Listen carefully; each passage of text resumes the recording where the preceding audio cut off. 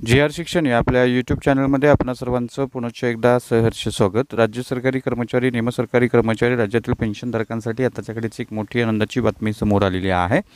March paid in April पगारासंदर्भात अतिशय महत्त्वपूर्ण शासन निर्णय निर्गमित झालेला आहे। काय आहे शासन निर्णय आणि या शासन निर्णयाचा फायदा राज्यातील कोणत्या विभागातील सरकारी कर्मचारी पेन्शनधारकांना होणार आहे, या संदर्भातील सविस्तर माहिती देणारा हा व्हिडिओ पाहण्यापूर्वी नेहमीप्रमाणे आपणा सर्वांना एकच विनंती, व्हिडिओ शेवटपर्यंत पाहावा आणि आपण जर आमच्या चॅनलवर नवीन असाल तर चॅनलला जरूर सबस्क्राईब करा, समोरील बेल आयकॉनला सुद्धा क्लिक करा, जेणेकरून महत्त्वपूर्ण शासन निर्णय कर्मचारी पेन्शनधारकांच्या हिताच्या महत्त्वपूर्ण अपडेट्स आपल्याला आपल्या यूट्यूब चॅनलवरती सर्वात अगोदर पाहावयास मिळतील।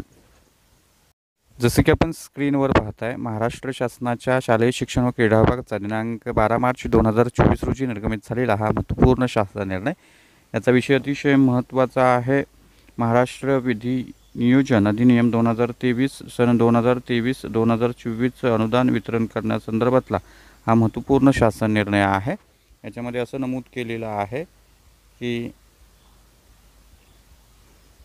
वित्त विभागाकडून अर्थसंकल्पीय वितरण प्रणालीवर बीम्स प्राप्त झालेल्या अनुदानाचा निधी नियंत्रक अधिकारी, आयुक्त शिक्षण महाराष्ट्र राज्य पुणे, आयुक्त क्रीडा व युवक सेवा महाराष्ट्र राज्य पुणे व सहसचिव उपसचिव शालेय शिक्षण व क्रीडा विभाग मंत्रालय मुंबई यांना वितरित करण्याची बाब शासनाच्या विचाराधीन होती आणि या संदर्भात सन 2023-24 या आर्थिक वर्षातील शालेय शिक्षण व क्रीडा विभागासाठी अर्थसंकल्पित झालेला व वित्त विभागाकडून बीम्स प्रणालीवर प्राप्त झालेला निधी नियंत्रक अधिकाऱ्यांच्या अधीनस्थ ठेवण्यासाठी मान्यता देण्यात आलेली आहे आणि याच्यामध्ये लेखाशीर्ष नियंत्रक अधिकारी आणि वितरित अनुदान जे आहे ते दिलेलं आहे आणि यानुसार अनुदान जे आहे वितरित झालेला आहे। त्यामुळे मार्च पगारासंदर्भातला जो प्रश्न जो आहे तो कर्मचाऱ्यांचा मोकळा होणार आहे।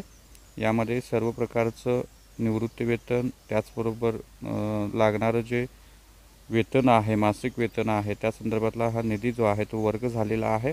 याच्यामध्ये काही अटी शर्तीसुद्धा देण्यात आलेल्या आहेत। सन 2023-24 या आर्थिक वर्षात वित्त विभागानं बीम्स प्रणालीवर उपलब्ध करून दिलेला उपरोक्त निधी अनुदान अटी व शर्तीच्या अधीन राहून वितरित करण्यात येत आहे। याच्यामध्ये वित्त विभागानं शासकीय कर्मचाऱ्यांना अग्रिम मंजूर करण्यास्तव वेळोवेळी निर्गमित केलेले शासन निर्णय, शासन परिपत्रक यामधील विहित सूचना, अटी तसेच मुंबई वित्तीय अधिनियम 1959 मधील परिशिष्ट 26 मधील तरतुदी विचारात घेऊन या संदर्भात घर बांधणी अग्रिम जे आहे ते वितरित करण्यात यावं।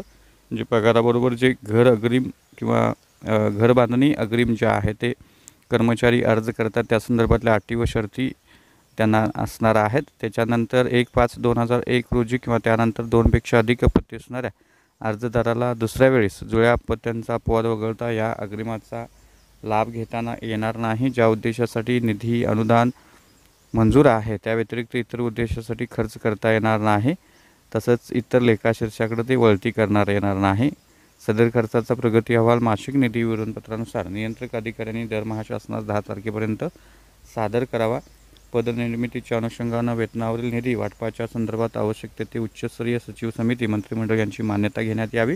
त्याचबरोबर वित्त विभागानं वेळोवेळी दिलेल्या सूचनाच्या अनुषंगानं कार्यवाही करण्याची खात्री करावी।